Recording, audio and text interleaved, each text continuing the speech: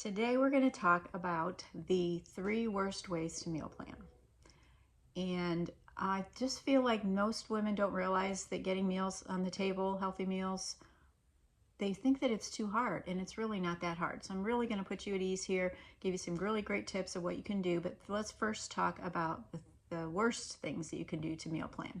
You might be like me and you have like binders of recipes that you've collected over the years and they're falling apart, and you've got all kinds of recipes and you've just got way too much stuff to pick from. And so you think, oh, I'm going to meal plan. I'm going to get my recipe binder out and I'm going to look through there while we're watching TV and I'll write down all the meals that I want.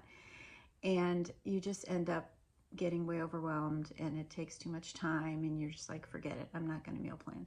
So that's not a great way to meal plan. It is fun to pull out old recipes and stuff like that, but when you want to meal plan, you want to get your recipes together, you want to get a quick plan and just go on with your day or weekend or whatever. Getting out too many recipes often really makes you think too hard. It puts stress on you, complicates your life, and we don't want to complicate your life.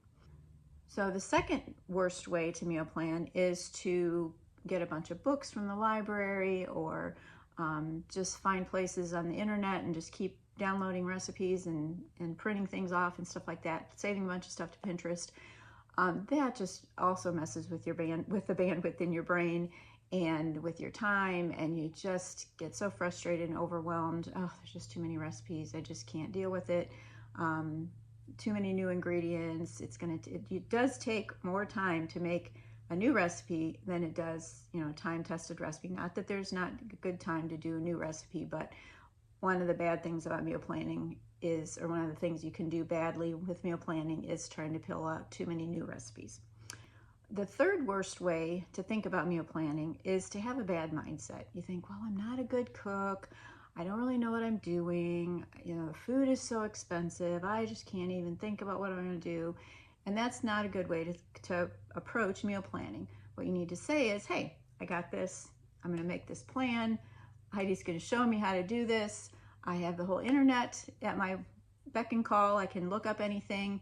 I can figure this out. Like, I'm not stupid. I'm going to be able to make a good meal plan, and we're going to get good meals on the table, and it's not going to be a huge stressful thing for me every day to try to get food, and my family will like them. So instead of using these 3 bad ways to plan your meals, what I suggest is to get your family. You don't even have to have a meeting. Like, just ask them throughout the day or when they're sitting watching TV, hey, what are some of your favorite meals that we make? And just jot them down. And I bet you're going to come up with a good number of meals. If they're super picky, it might be kind of hard. But just get the recipes that you already like, that you already know, and just start with that. And so you write those on a piece of paper.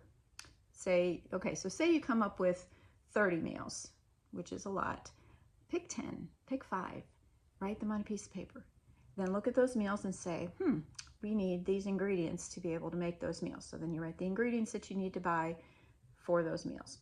You take that piece of paper to the grocery store, you buy those things, you come home, you put the piece of paper on the refrigerator, there's your meal plan. It did not take very long.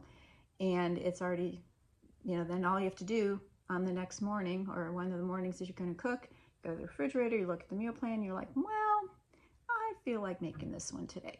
So you have all the ingredients for it. You just get out the meat if it needs to be thawed or anything like that, and you're done. And then you just have to cook it when it comes time to cook. So try not to make things too complicated. I do try to share as much good stuff as I can. I do have a free meal plan at the end here that you can download. It'll give you the paper that you can write down the meals you want and what you need to get for it and some other really good tips for you. And if you are still kind of stuck, or if you're like, yeah, I know I can do that, but I just need like a 5-minute thing, I got you covered there. So I have a meal builder. You get it up on your phone or on your computer, and then it'll ask you like a few questions, and in 5 minutes you're gonna have a whole 10 meal plan thing ready for you. You're going to have the grocery list and you're going to be all set, like 5 minutes.